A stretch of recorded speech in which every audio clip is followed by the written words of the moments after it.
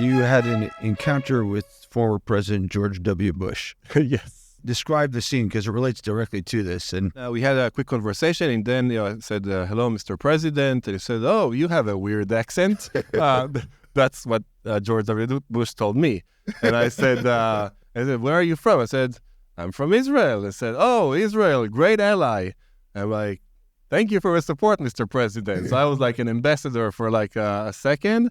He was actually talking with a few entrepreneurs. There were like, I think 5 or 6 of us. And he didn't have like too much patience to hear, their fancy technologies. And so I heard that he didn't have too much patience. So when he asked me, hey, so what does Melio do? So instead of talking with him about our payments infrastructure, which I'm very proud of, I told him, Mr. President, we keep small business in business. And then he said, oh, small business? They're the backbone of America. I'm super excited to welcome Matan Bar, the CEO and co-founder of Melio, to the Invested podcast. I know Matan for a fairly long while, and Melio actually started when we were commuting about 2 blocks by foot, one to each other when he was at the PayPal offices, and I was at the aleph office on 32 Rothschild. And I said to myself for many, many months on end, I got to be in business with Matan Bar when he finally does his company. So Matan, welcome. Thank you. Thank you for having me. Give us your brief background. The brief background is I'm originally from Haifa.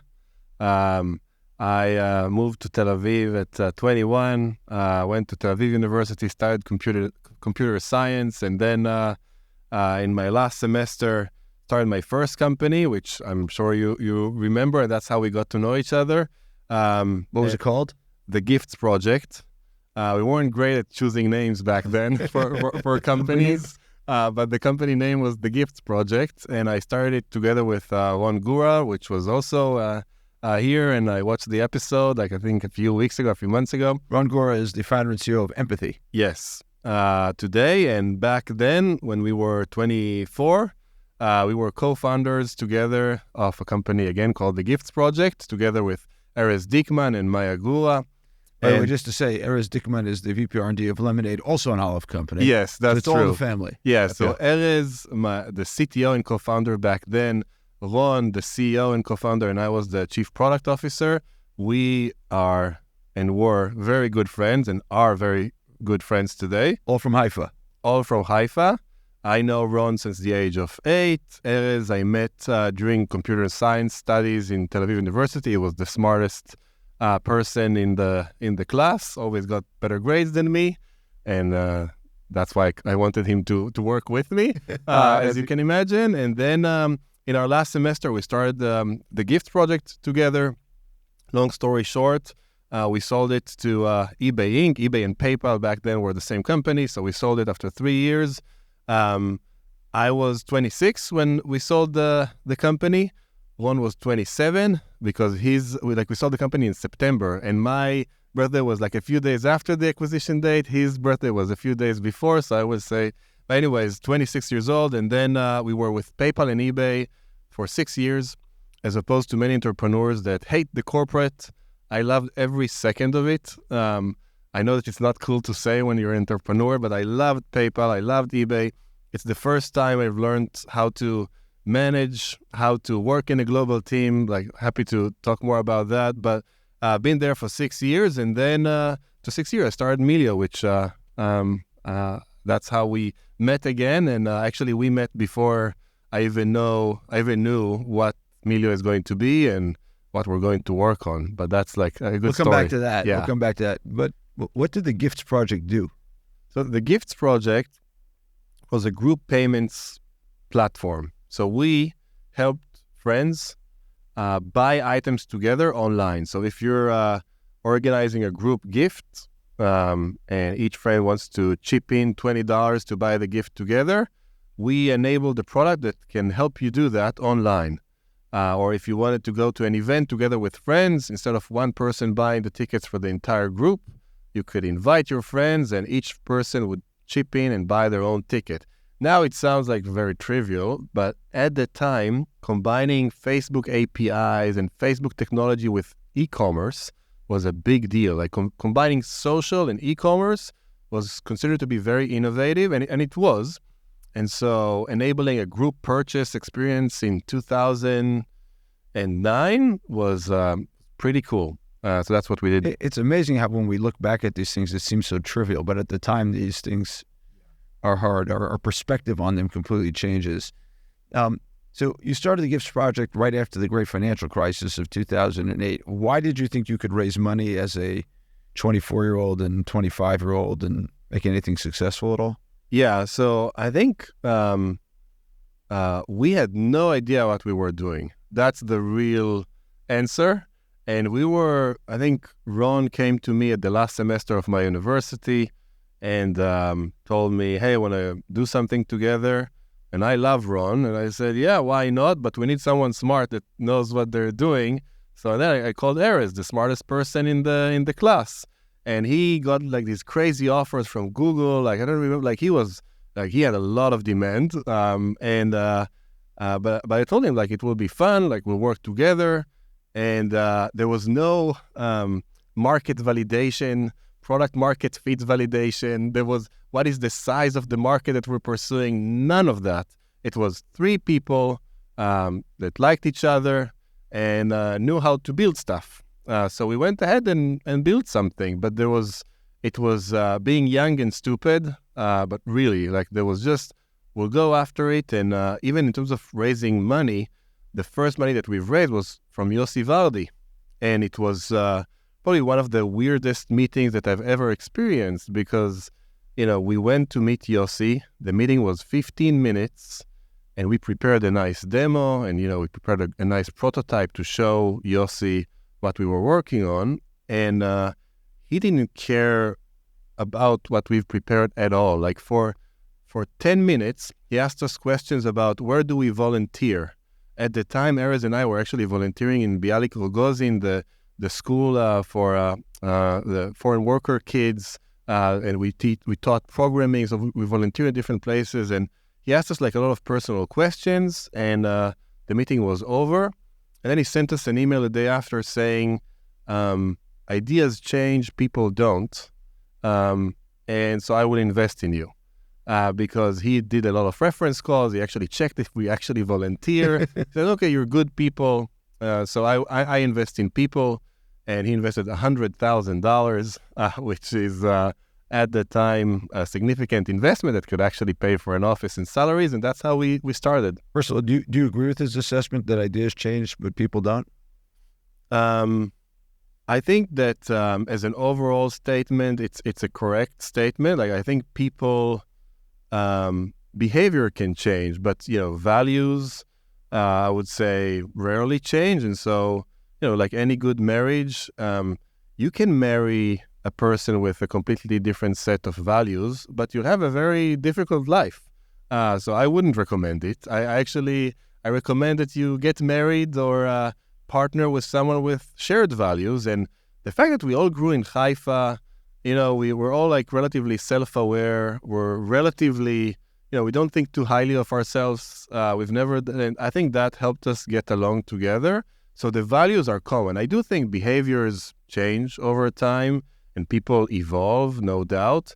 And in terms of ideas, I think ideas change. It's not like you're pivoting from being a fintech company to a healthcare company, but within your journey, an idea gets so many turns and twists that, ideas evolve and change a lot. So overall, yes, I think that's a true statement. So the bottom line is if you want to raise angel money, go volunteer.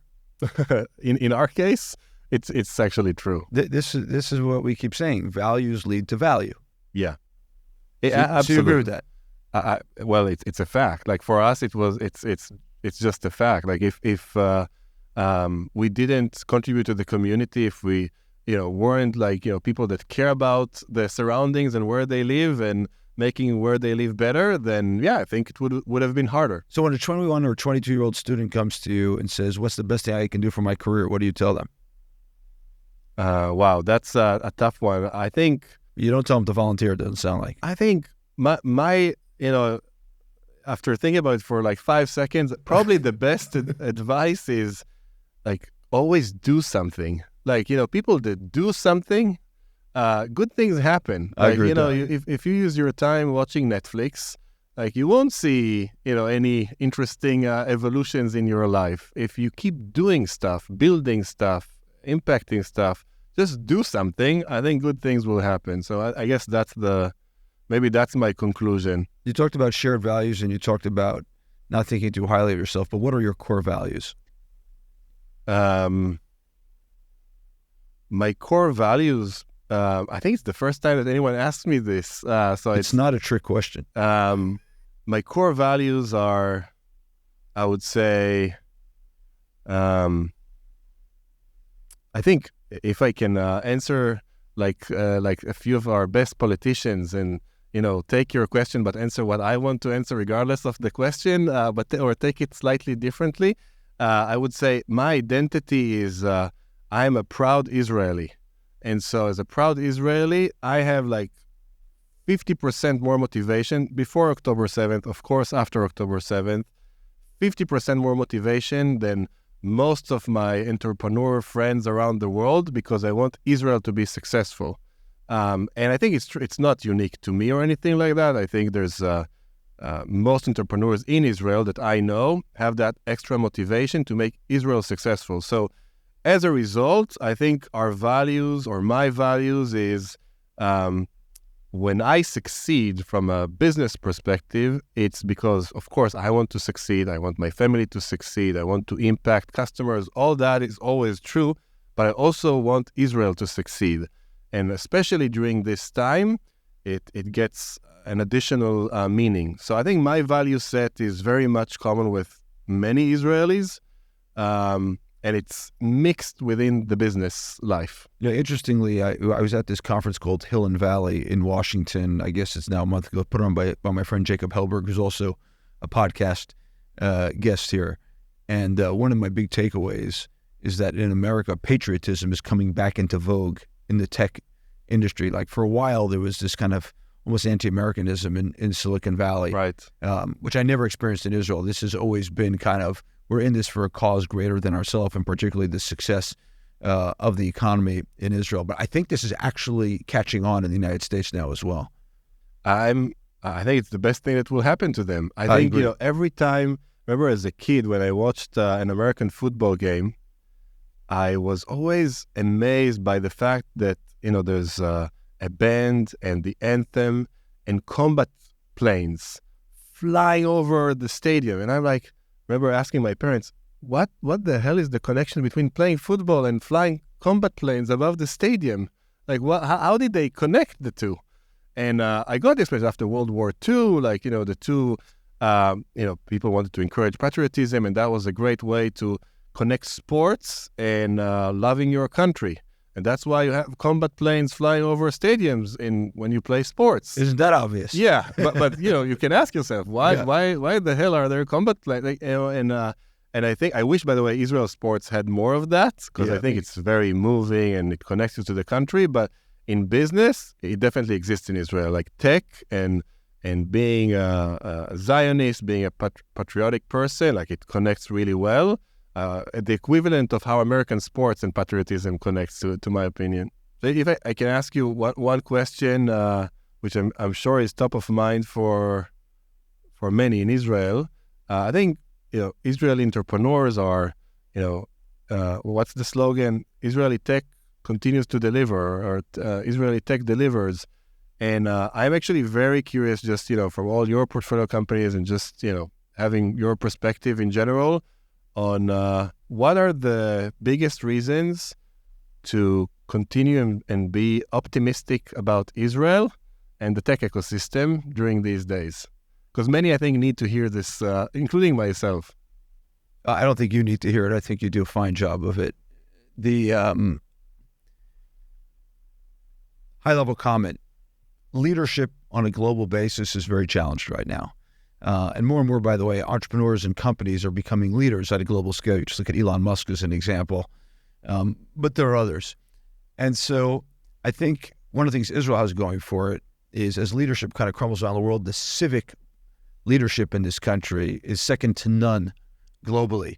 when I was younger, I read Democracy in America by Alexis de Tocqueville, in which he describes the incredible community leadership provided by regular citizens and the importance of the church and community.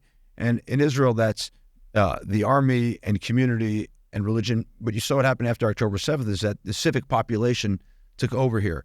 And the startup nation part of this, which is the entrepreneurial spirit of the tech ecosystem, I think is stronger than ever, because you realize you have to rise to this occasion. And I think what you're going to see is Israel at the forefront of a global move of responsibility, where civilians and civic society takes more responsibility over what's going on in countries. And we have that infrastructure better than anyone. We're also seeing incredible innovation over the last 3 or 4 months walking in the doors here, just stunning. And so I think the next bunch of years, I've said this publicly, is going to be rough for the world, not just here. I think it's plausible that Israel we're not first in, first out, because Ukraine was first in, but second in, first out, maybe, SIFO, and to use an accounting term, or non-accounting accounting term. And I just think we're seeing people starting incredible companies. I think there's going to be very positive immigration inflows into Israel. We already see it. Right. I need to ask you a question. What does the name Melio mean? So Melio is, I would say we picked the name based on your guidance and Adam Fisher's guidance. You told us we shouldn't pick a name that is like a name of a feature, because that would limit us. This company will exist for a long, long time. So you can't pick Pay Simple. That's terrible. Or the Gifts Project. Or don't, and then our history with picking names was not one to be proud of. And that's why Adam and I felt we needed to intervene early on, just to make sure you didn't, bring us the Payments Project. Yes. That was yet another point where you added value. Investors adding value. That's what we do. That's definitely yet another example. But so we wanted something that is broad, not limiting, and so I love the word meliorism. So meliorism it's not a very common word, so it's okay if no one knows it. But meliorism is the belief that the world can become better through human effort. So it's a very pragmatic approach. If an optimist thinks that no matter what happens, everything will be great, and a pessimist thinks that no matter what happens, everything will be terrible, then a meliorist thinks that things will be better, but through action, through human effort. And that's a very pragmatic approach that I relate to. And so meliorism, or to meliorate, is to make better. And so Melio is just a short of that word. And it also sounds like just simple and very consumer-oriented, as opposed to our competitors. Our competitors' names are Avid Exchange or Bill.com. It's just by the name of it, that the product can't be great. So we wanted to pick something that is more on the consumer side, like Venmo, Did you know the word meliorism before you started Melio?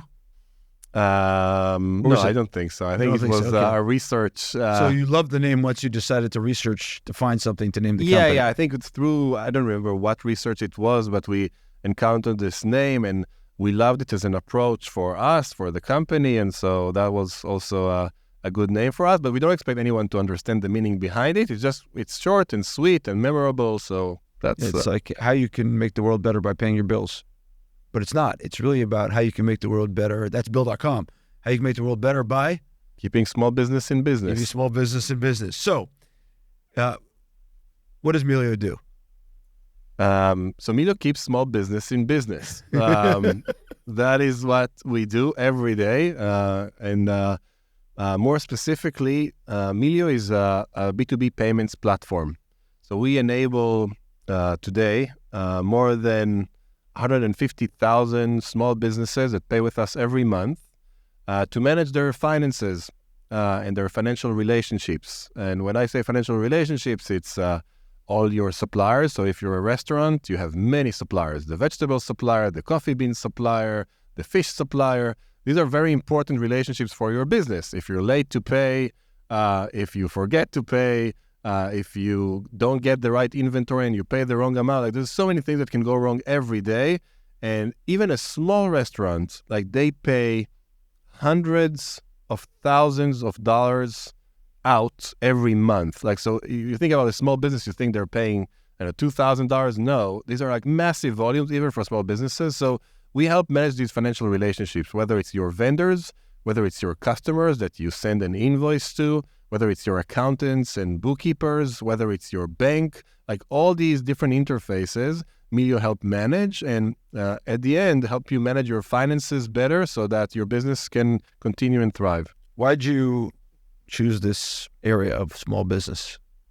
There are two reasons. One is, it sounds simplistic, but money is important to people. And when you make money better, your impact is genuine and real. So I always, when I was at PayPal, I was always shocked by the fact that when we shortened the time to send the payment by a day, when a U.S. citizen needs to send money to someone in Mexico, usually it takes 4 days. If you shorten it by a day, you change people's lives because the money arrives sooner, they can pay their bills on time. Or if you make something slightly cheaper or faster, or if you help with cash flow, deferring a payment or receiving money faster by day, everything related to money movement and money management, making it more transparent, accessible, faster, cheaper, is changing people's lives. And I always had a very cynical approach to many companies' mission statements that, were always very, big, but they weren't genuine. When we talk about our own mission statement, keeping small business in business, I believe it 1,000,000% because we help businesses with their financials. We'll help them with money. And money, for many people around the world, is, I would say, in the top 3, top 2 concerns that they have. Health is obviously number 1 always. Money is a close second and third. So helping with money is making real impact, period. The second reason is that it has a great business model. And so when you help with money, you don't need to invent a business model. The business model for financial services is very clear. There are things with the financial ecosystem that will not change for the next 10 years.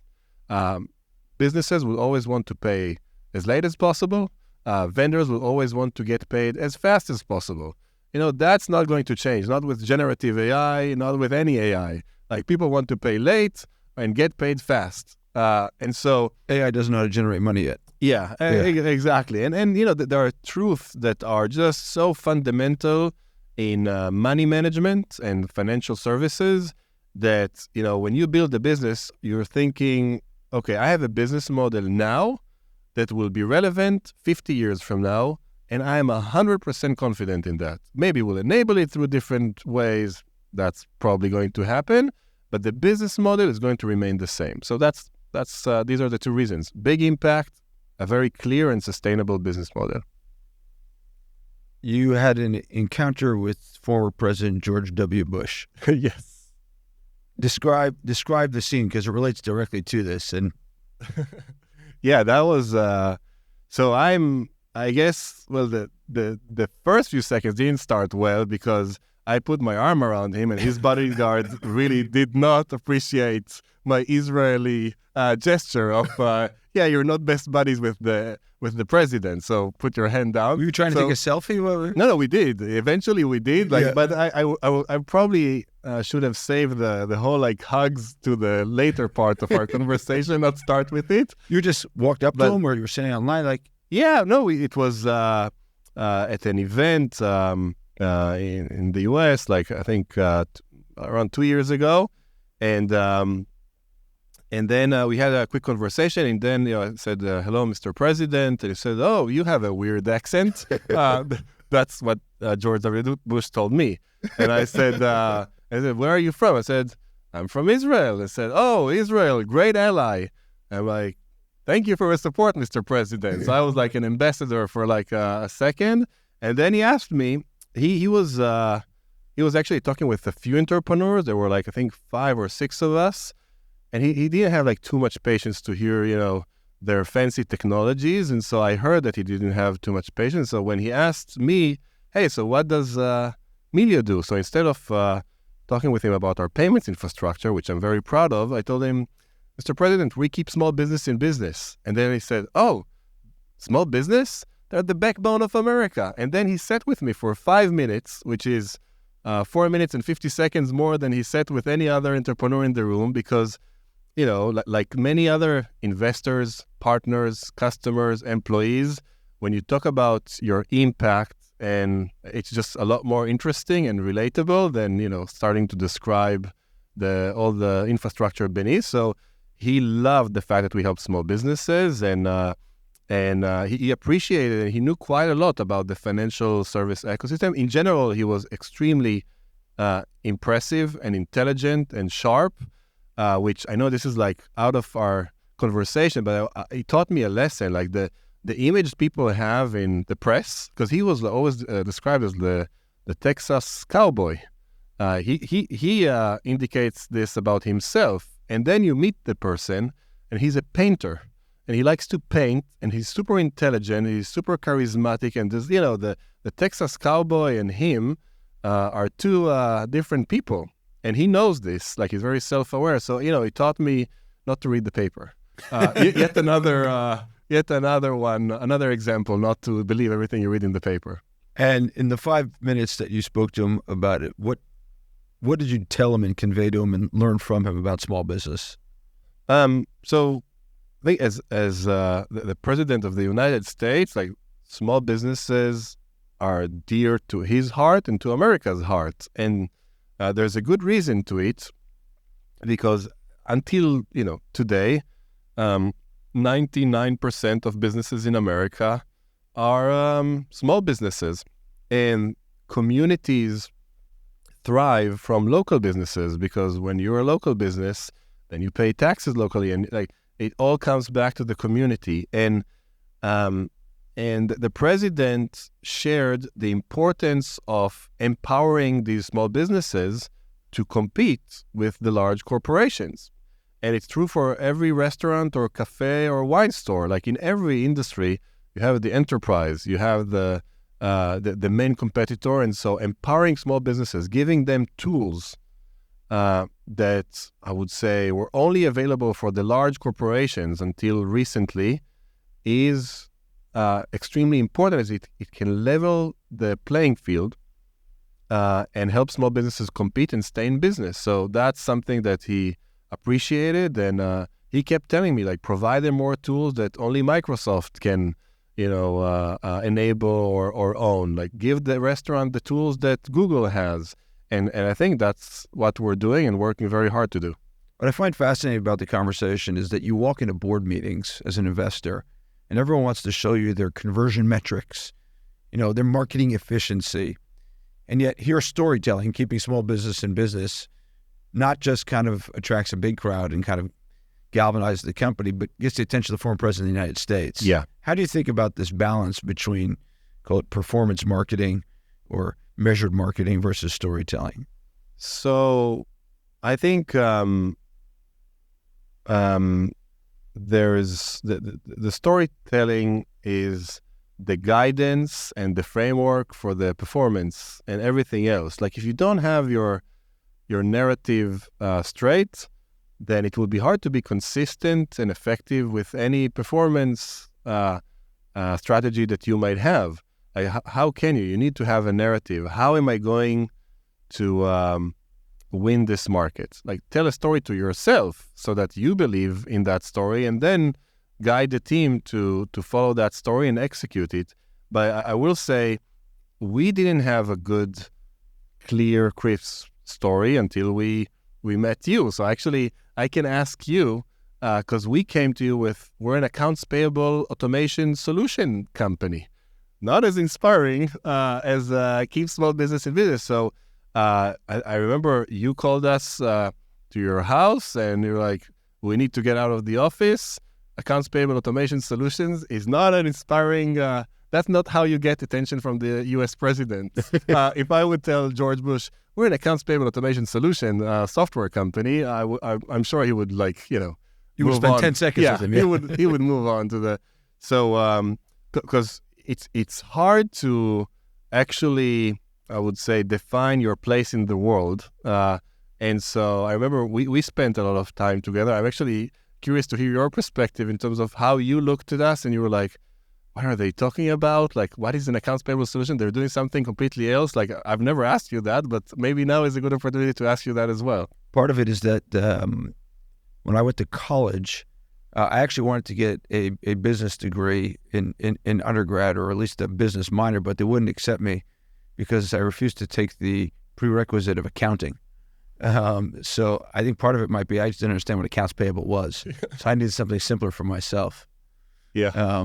I'm a believer that the storytelling drives everything, and being able to explain what is the actual user value in an easy way is critical. And so when I did ask you to come to my house, and I think that's where the line came from, right? Keeping small business in business came out of that meeting in the yard.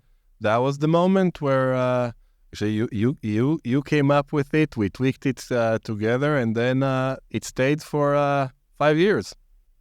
Hopefully for 50. Yeah. No, until now, until today. It's yeah. Keeping small business in business. And I just think that, if you think about like the gift project to Melio, just like a name can be descriptive or it can be kind of amorphous but aspirational. You can tell a story around it. So business also needs a story. We are storytelling animals is the book title. Susan, people relate to stories, and I think it's critical to tell stories. And it's not done enough by entrepreneurs, and particularly Israeli entrepreneurs have a harder time with it. Yeah, I think it's beyond, the U.S. president meeting was, one thing, but I can give another very important, pivotal example for our company where storytelling got us into what was our biggest partnership back then, which is Intuit. Tell us. So I met with the founder of Intuit. Founder of Intuit is a company that is worth around $180 billion. They own the most common, ubiquitous accounting software in the U.S. Every small business in America uses a software called QuickBooks by Intuit. And so we thought that we can integrate into this accounting software, and that way have a lot of distribution to millions of small businesses in America. So we went to a meeting, and this accounting software already used our competitor, Bill.com. And I went and met the founder of Intuit and then the executive vice president that leads QuickBooks. We were 15 people, and we didn't really have a fully working product yet. And this is a company that serves 5 million small businesses. And I came there with really nothing to lose. And I remember I shared our story about how we're not an accounts payable automation company. Like, we don't automate workflows. We keep small business in business. And we do it by maximizing their cash flow and minimizing their busy work. And I started telling the story about how we keep small business in business, because keeping small business in business, it's not just the building the workflow. It's also helping with cash flow. It's also building these relationships with your, it's a lot of things. Like, this story basically drew a different type of vision and roadmap, and one that the guy at Intuit and QuickBooks, when he heard it, he said, I want you to replace our existing solution. And the existing solution is a public company, 18 years old, a lot more experience. They had a product. Let's start with that. We didn't. And he loved the way we talk about cash flow. By the way, he's today the CEO of PayPal.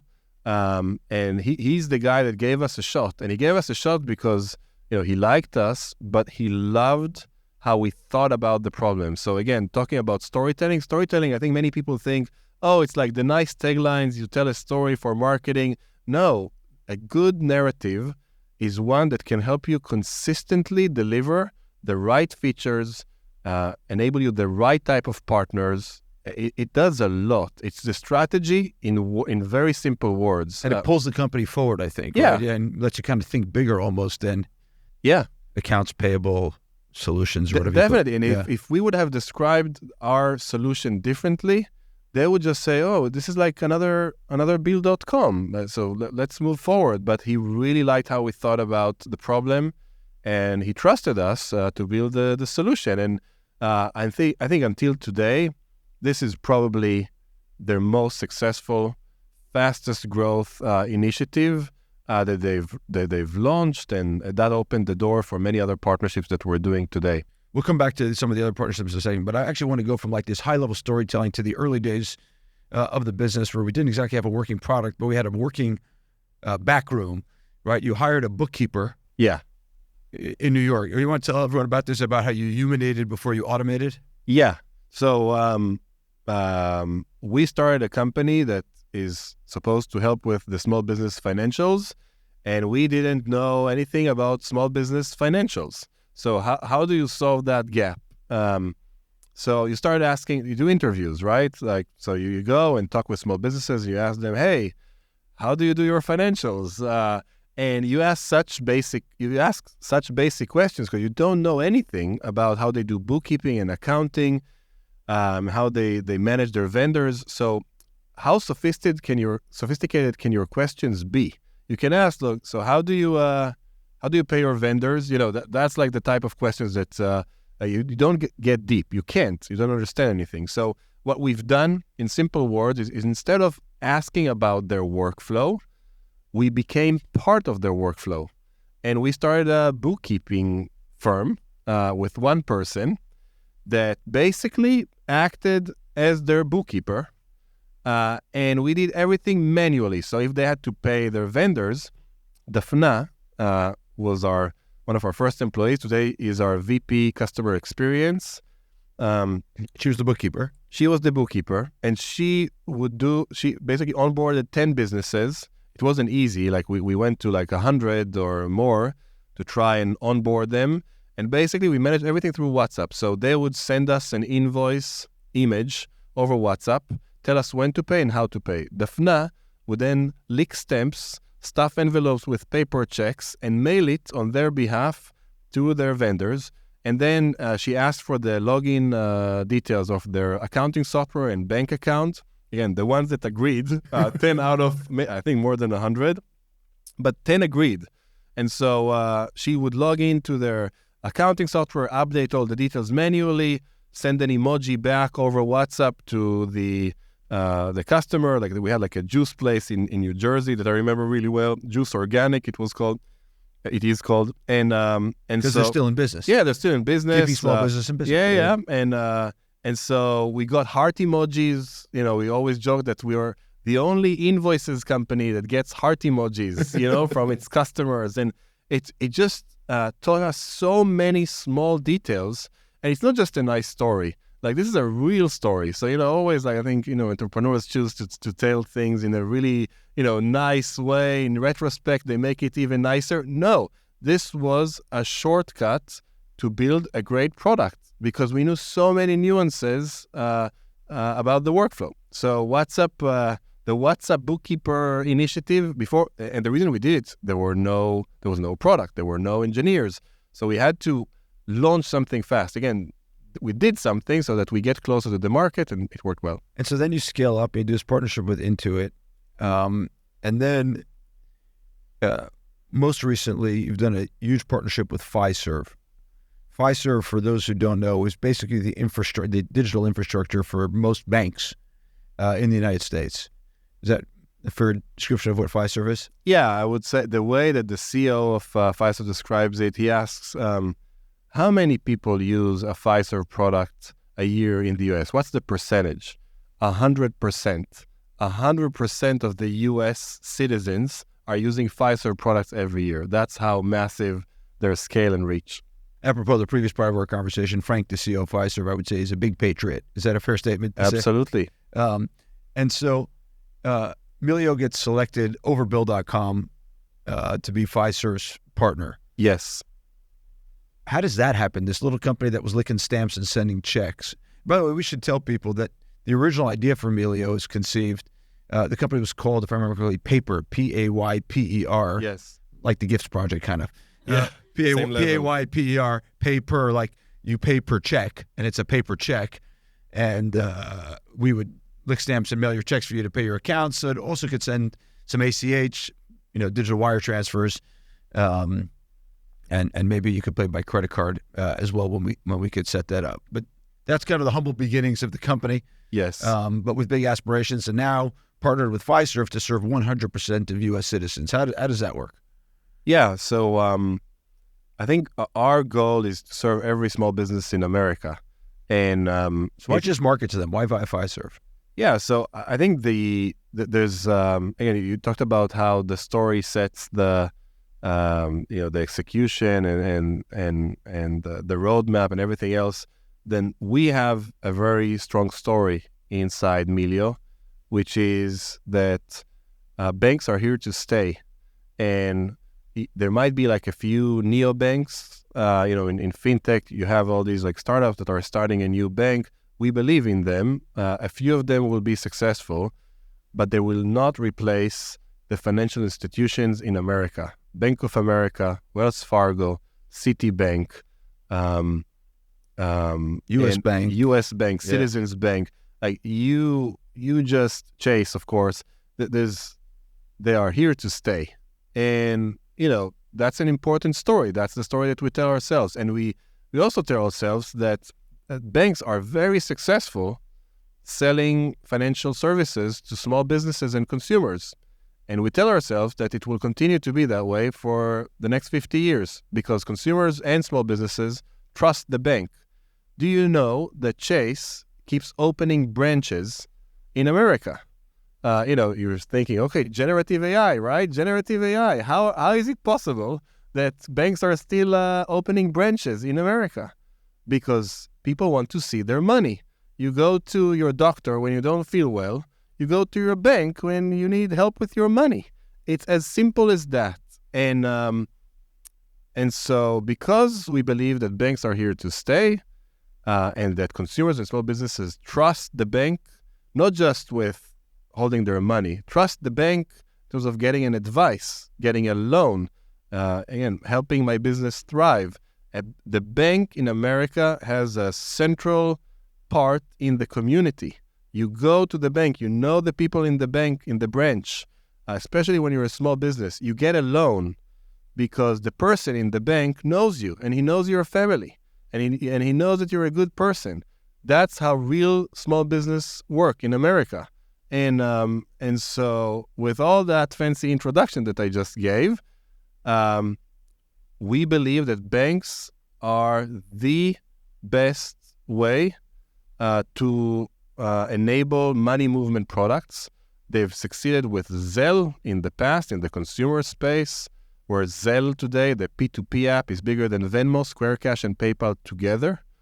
And we are doing the Zelle for B2B with banks. It's not our only channel, but it's, I would say, the channel we believe in, I would say, more than many other channels. And so what we will do is embed our product, our accounts payable solution, our accounts receivable solution, into 1,000 banks in America over the next 3 years. Wow. And that's only made possible through a partnership with Fiserv, because Fiserv is already providing this software to thousands of banks in America. And the reason that they picked us and not a competitor is twofold. One is, and apologies for the maybe trivial statement, but it's all about the people. We just like Yossi already told you all those years ago. Yeah, that's true. We admire the CEO of Fiserv, and we, from a personal perspective, and we really get along with his executive team. So that's the basics. Like we're going to have a partnership for hopefully many, many, many, many years. And these guys are here to stay. So personal relationship, number 1, number 2, number 3, number 4, and number 5, that's personal relationship. The number 6 is we actually have a very good product that is better than our competitors. And so we can do, like, in a very cold way, like if there's a comparison table between us and our competitors, we have capabilities that are very important to Fiserv that our competitors just didn't have. I won't get, to all the details now, but... Yeah, our listeners aren't that interested. If they are, they can go to your website. Yeah, exactly. www.meliopayments.com, yeah. Yes. So I assume you have a comparison of features on the site somewhere. We have it. I need to check with our marketing team that it's updated, actually. But now that that's what I thought as you were directing the audience to go to melio.com. By the time this is live, then it will be updated. So that's okay. Nobody cares because the story is to keep small business in business. Who cares about the features, right? Exactly. No, but there are real strategic advantages. Like we've built an incredible technology. I'm obviously biased, being the CEO of the company, but we've built an infrastructure that is like no one other in the US today. I'm sure it's, our competitors will catch up, but today we have a superior technology, and that was a big part of it. So I remember getting a call from you and hearing your children in the background. I think you were in Greece on vacation, and you said, Frank called, and I think I need to go to New Jersey or something like that. Yeah. And you left your family on vacation. Yeah. Was that hard? No, not at all. To be honest, it's... Your wife is going to listen, okay? I'm just telling you. Yeah. No, not at all. You asked if it was hard for me. You didn't ask if it was hard for her. No, it wasn't hard for any of us. First, when Frank calls, you go. That's one thing. The second thing is, I think that it's true for many entrepreneurs. Like we have a very intense life. There's a very smart thing that one of my favorite investors is saying, like, don't look for balance. There are trade-offs, which is you. I think I learned it from you, and I use it a lot. Like there's no balance. Like you say it much better than I'm sure I will. And there's the pursuit of balance is very frustrating. So why would you? And I don't want a balanced life. I want an interesting life. And so an interesting life is when you go to a vacation in Greece and you're being called because you need to do something for work. Isn't that the most interesting life? Like, I love it. And I think that if you choose to be an entrepreneur, you need to love these things, because I just embrace it and I love every second of it. And I have a very supportive family. And my wife is on a full-time job, and I support her, and I watch the kids when she has something important at work. So there's it happens both ways. My job is more demanding, obviously, but because being a founder is just a completely different level of hecticness. But yeah, that's just something that I love about my job, and I wish it will just continue to have all these stories. Is it hard to take a vacation? Also, no. Like I'm very good. Like I'm never trying to separate, work and life. Life for me is full of work and rewards and fulfillment, and I love my family. It's the number one priority, but it works together, and you just sleep less. That's you sleep less. Like I'm more tired probably than other people that, with no family or no company to run. But, that's the meaning of life. So, no complaints. I hear you. So Melio has kind of grown explosively since day one. It's kind of been up and to the right. But over time, for efficiency's sake, you've had to lay off some people. How did you deal with that? There's... I would say that it's like asking, why do companies do a reorganization at one point and then do another one 12 months after and another one 6 months after? I always thought that when a company is doing a reorg every 6 months or 12 months, they probably got the reorg wrong. They made a mistake, and now they're fixing it. After I started Melio, I realized it's not the case. Different times require different structures of teams and different type of people sometimes. And so our job at Melio, we're a sports team. So we need to have the best formation and the right type of people for every stage of the company. Luckily, there are such incredibly talented people at Melio that can fit every stage. But sometimes it's not the case, or sometimes it's not the person, it's the structure. Sometimes you need more managers and more layers. Sometimes you need less managers and less layers. And so the job, not just my job, the job of managing Melio well means that you need to make sure that you have the ideal structure and the ideal management team and the ideal engineering team for every phase of the company. And different times require different structures and different people sometimes. So from a cold business perspective, that's the healthy thing to do. And, when you're a soccer team, when you go after, you have a game, you don't always play the same formation and same squad. Like you change.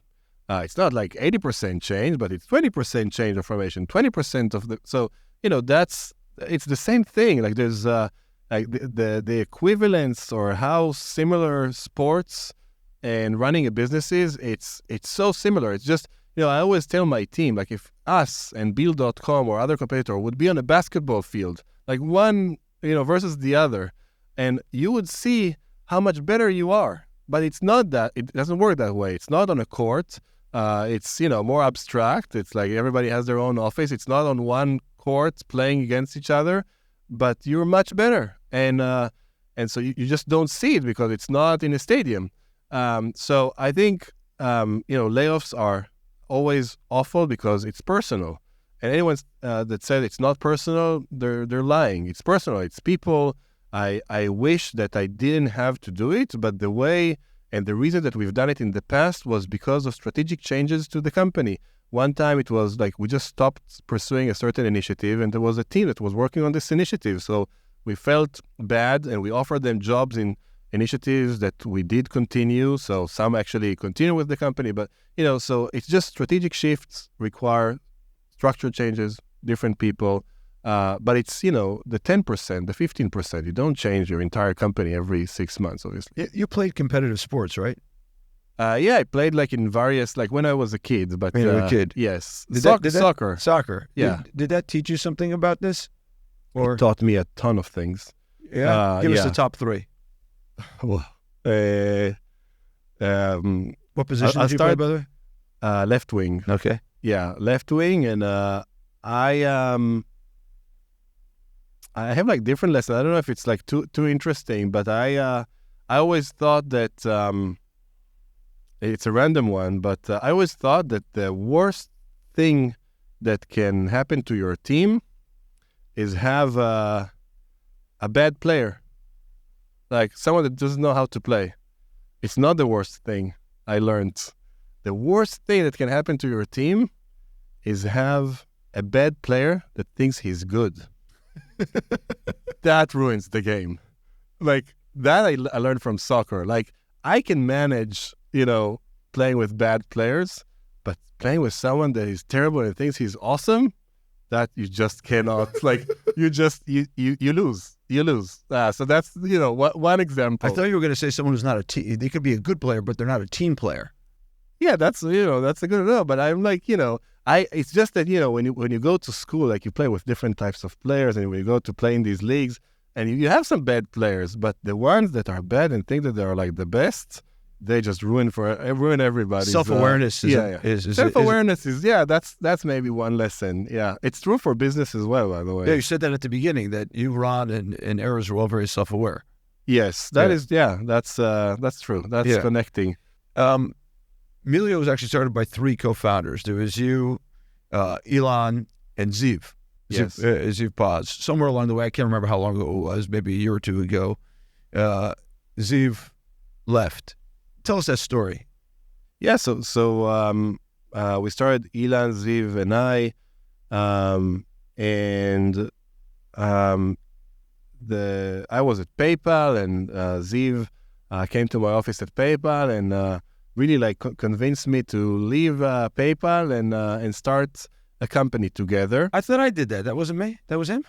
No, you just told us what we need to do. It wasn't like to start. Like to start, no, it was actually the credit belongs to Ziv. Oh, yeah. Yes.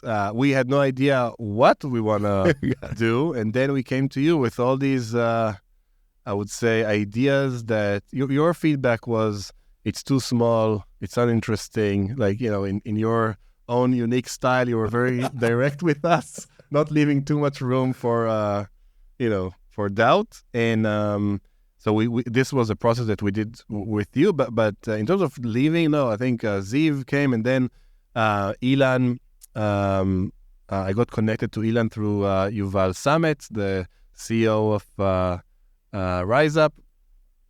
And then we got along really well, Ilan and I and Ziv, and we started working together. And then after a few years, but the company did really well, Ziv decided that he wants to pursue an initiative by himself. Like, we're friends since the age of 15. We're still very good friends. Another Haifa guy. He's from Atlit, actually. Atlit. But it's considered... Just south of Haifa. Yeah, just south of Haifa. So that's like, he also served in the army in Atlit. We always joked about him that he wants to be Kalab, like close to home, but it's actually the Shayetet that he went to. And the Navy SEALs. Yeah, the Navy SEALs, which happened to be close to his home, but that wasn't the reason he chose it. And then he decided to pursue an initiative, and he wanted to lead it from scratch. And, we respected it. And we're still in great touch. And Ilan and I are together leading the company, together with the new president of the company. Relatively new. It's been 2 years, more than 2 years. Tomer Barel, which both Ilan and I feel like we won the lottery every day that he's part, or he agreed to join our team. So, was separating from Ziv difficult? On a personal level, it's a big change for the company, no doubt. But it all came from, I think, good things for him, for the company. So I think we all felt like it's the right thing to do at the right timing. So it wasn't like a clash, or so. It was just the right thing to do at the right timing. And I think both Ziv and the company, evolved in a way where it was just, the right thing to do. So that made things simpler. From a personal level, if you are, I would recommend, you don't need to, continue working with colleagues because they're your friends. They can be your friends outside of work. Like, it's not like 100%. No, I think from a personal level, it was a big change. It was difficult, but because it was good for Ziv and the company, I think that we've made a decision together, and it was a pretty simple decision for Ziv. So I think it made it simple for all of us. It was reported in the press that Bill.com almost acquired Melio. You want to talk about that? Yeah. So the way that I also talk with my team about this is that Melio, luckily, is receiving a lot of interest from enterprise companies. The reason is we work and partner with many of them. So we partner with Fiserv, which you mentioned, Intuit, Shopify, Capital One Bank. Like, we partner with a lot of very large corporations. It's only natural that some of these partners would want to tell Melio, hey, we want you to work only on our stuff, and we want to own you. And we get a lot of incoming interest, all the time. At the moment, Melio's only path is pursuing an independent path.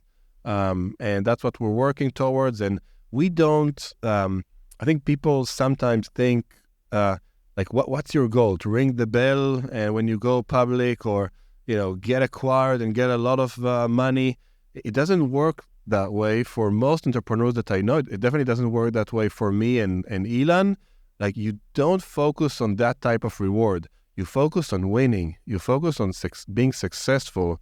I sometimes need to go and check the cap table to know how much of the company I even own, because I couldn't care less. I want to be successful, and money follows. It's not like I'm a charity. I definitely want to as your investors, we appreciate that. Of course. No, we want a good return for all shareholders.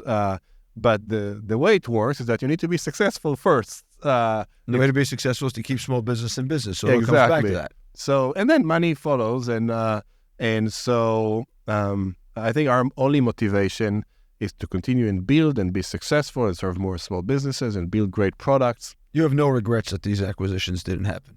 No, not at all. Like, this is all like all unsolicited. This was all incoming. Like, Melio has never and will never, pursue looking to get sold. Like, we're happy. We're doing well. Like, we just want to continue, and we are being thoughtful about incoming interests because these are our partners. These are people that we work with. You mentioned the cap table. Melio grows up at kind of the tail end of the, let's just call it ZIRP era, right? The zero interest rate era, and valuations in 2020, 2021 just go up, and you raise a super high round that will probably, in retrospect, given the reset of the stock market, looks like a high price. How do you think about that, having raised at that price and, the market's resetting, et cetera? Yeah, so I think, and I'm not sure, who are the people that are watching this, but the way valuations work, there are two numbers usually, for a company that are phased. One is revenue. How much revenue does the company generate? That is something that we can affect. If we're doing well, we generate more revenue. If we're doing not well, we're generating less revenue. The other number is a multiplier, which is a number that we do not control. This number, sometimes it's 50, sometimes it's 5, sometimes it's 2. We don't control this number. Public investors, I don't know, whoever, the multiplier committee, I don't know how that works. No, but it's like the market determines this number. I cannot determine this number. I apologize, I cannot. So my job is to increase revenue. Now, whatever the multiplier committee sets, that will be my valuation. But I just need to make sure that we increase our revenue. So, at that time, like, we had a lot less revenue, than we have today. We grew, 170% one year, and then 270% the following year. So, we did our job with the number that we control, and hopefully we'll continue to do that. But the multipliers decreased significantly because of interest rate, because of all that. So I think that the next time that our valuation will be set is when we fundraise, or when we do an IPO, or when we, M&A, so that's the next time that we'll discover it. But raising for $4 billion, which had a very high multiplier, I would do it over and over and over and over again. Like, of course I would. Like, this is, raising $270 million for a good valuation is something that is good for the company. It's good for the shareholders. I don't care if the multiplier then decreases, but our revenue continues to go up. I'm not apologizing. You want to take less dilution. Yeah, that's less dilution. That's a good thing for the company. So as the CEO of the company, I did the right thing for the company, and I would do it over and over and over again. If multipliers then change, then the multiplier committee is the one to blame, not Melio. I used to think that private company valuations was just a two-person market, basically, what the buyer is willing to pay and what the seller is willing to accept. I now understand there's a third player, which is the multiplier fairy. Fairy, what pixie dust they sprinkle. No, but don't you worry a little bit, like if your price is here and then people say, oh, Melio did a down round, or you go public at a lower price, or I'm not worried about you going public at a lower price, to be candid, but or you go public and the narrative changes and people say, oh, it's not a successful company anymore because the price is down. I just think that if we continue to have years of 170%, 200% revenue year over year, everything will be just fine. And that's what I focus on, because that's what I can control. The rest I can't, and I'm not worried about it at all. When we do an all hands in the company, we don't talk about multipliers. We definitely talk about revenues, and we definitely talk about gross profit, and people see that the graph is up and to the right. And if they need to be concerned when it's going down, they need to be concerned when we're not generating more revenue. That's when they need to be concerned. But they don't need to be concerned when multipliers change. They have nothing to do about it. I want to ask two detailed questions before we wrap up, and then finish with one. So how are you using AI at Melio? And is AI making Melio more efficient, or what are you doing with it? Yeah, Gen absolutely. AI? We're definitely using AI across multiple technologies and products that we enable. I've been dealing with AI since before it was cool, and before it was called AI. Like it was called when I was in the army, it was called data mining and profiling, and we build different models. So machine learning obviously is part of everything we do, whether it's our risk models and the way that we take image information and convert it into data that can serve the accounting software. And, there's so many things. With generative AI, I just, a lot of the technology that we use today, we just need to throw away and replace them with generative AI because it's doing a superior job by far. So, I'll give like a simple example, OCR, like, reading a bill PDF or image and converting it into text. The OCR companies are dead. Like, there's no need for an OCR technology. Name names. Yeah, no, I don't know. No, but there are companies, that sell you like OCR services. Like, they're actually doing pretty well. Their space is, unfortunately for them, completely commoditized. Everybody can now do it with a simple call to an OpenAI API or whatever. And the generative AI will not read the text from the image. It will understand exactly what the page says. So if the image has a mistake, it will fix the mistake on the paper. So, it's obviously, we all know that. You wouldn't want to hallucinate a bill, though, and move it from like $100,000 to $1 million, right? Yeah, exactly. No, so the determinism of these models, I think you need to build layers between the generative AI model and your software so that it doesn't, do crazy stuff and be more the determinist, like in terms of the results. So yeah, there's work, but it's easy. Like it's not. Because that's one simple example. But how's it making you much more efficient? Or what are some of the bigger plans you have for it? The generative AI, the LLMs, et cetera. So there's in our space, we serve bookkeepers and accountants, and bookkeepers and accountants in America, like you have many sole props that are basically one person managing 20 clients. They would have loved to manage 100 clients if they could. With generative AI, we can empower the individual to work as if they own a team. Because at the end of the day, what is generative AI? It's like asking yourself a question, what if I had another 1,000 very intelligent people working for me? What would I tell them to do? And so now, a person that is doing bookkeeping from their house, they have a new tool that can help them manage a business as if they have a team of 100. And so they'll be able to make more money, generate more revenue. We're now launching our new accountants product very, very soon, and we'll be able to help these accounting firms and bookkeeping firms generate more revenue by making them a lot more efficient with different generative AI and just AI modules so that they can do more with very limited time. Who loses from that? Is it like junior audit people who are just coming out of college?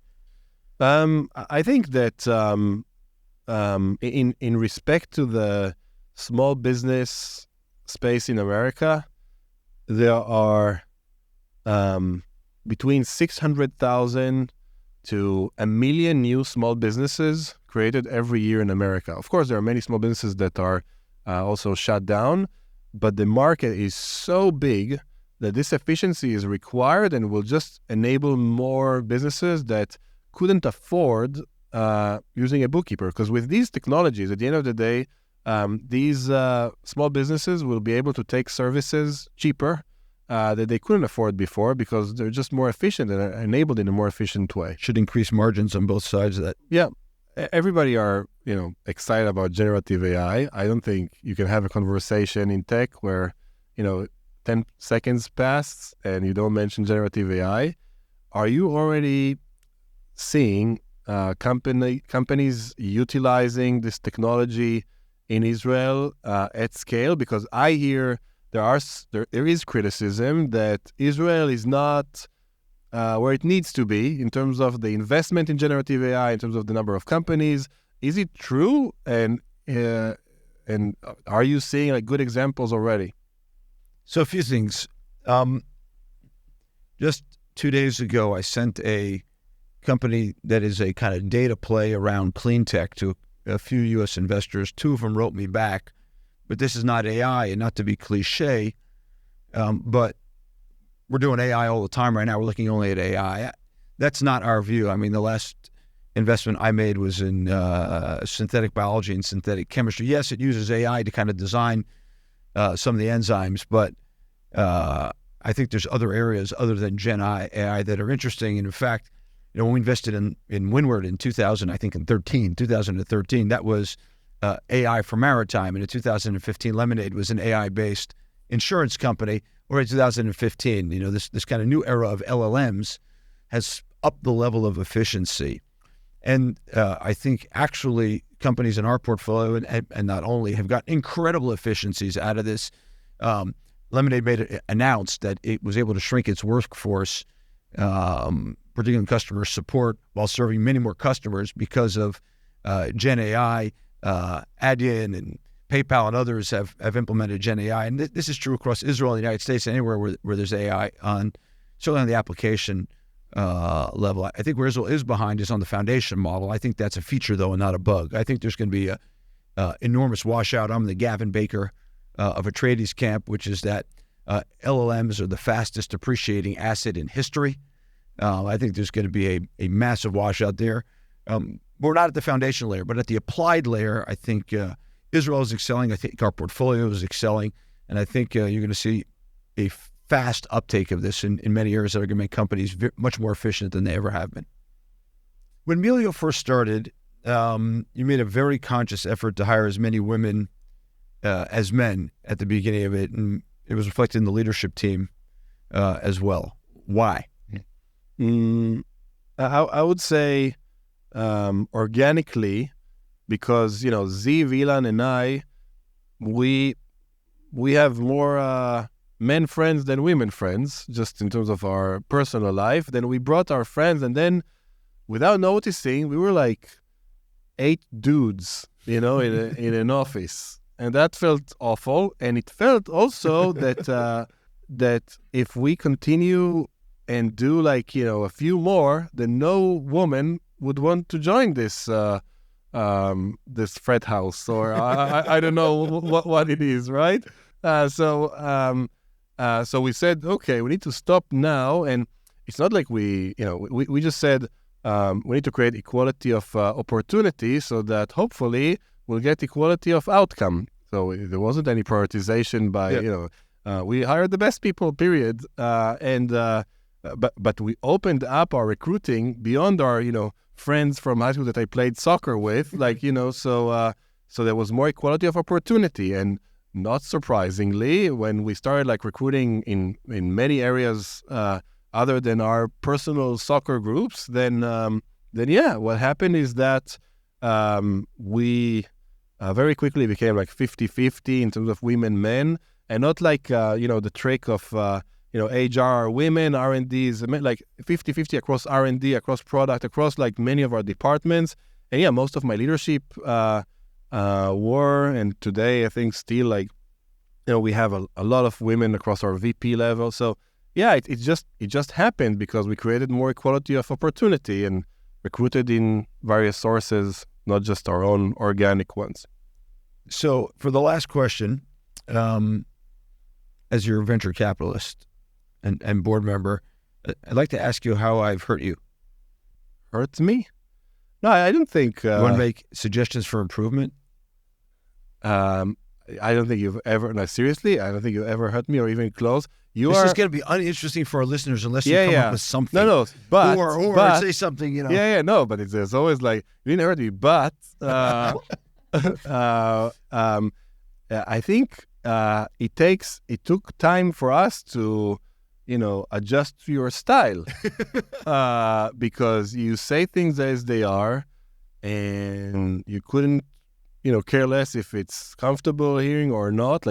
But it's always driven, from the right place and the success of the company and our success. And so initially, when you hear these words, it's like, it's hard, and then we worked together for quite some time, so I'm used to it. And when I have a board meeting, I text you, hey, how was the board meeting? And you text me back, you really want to know? And I'm like, then I'm not sure. And then I say, no, it was uninteresting. It wasn't good, and this and that. So and I don't get offended by it, even not by a bit. And so, but it takes time to get used to this style. But we know each other, and I'm used to it. All right. Thank you for providing the warning to all the other entrepreneurs out there. I appreciate that. These are real stories. It happened more than once. You already are getting into it. It happened more than once. Matan, thank you for coming on Invested. If you want to learn more about Matan Bar, you can follow him on Twitter at Matan Bar, MatanBar, and also Melio, which is at Melio Payments, MELIO, and Melio will make you happy and keep your business in business, as the name suggests. Thank you, Matan. Thank you.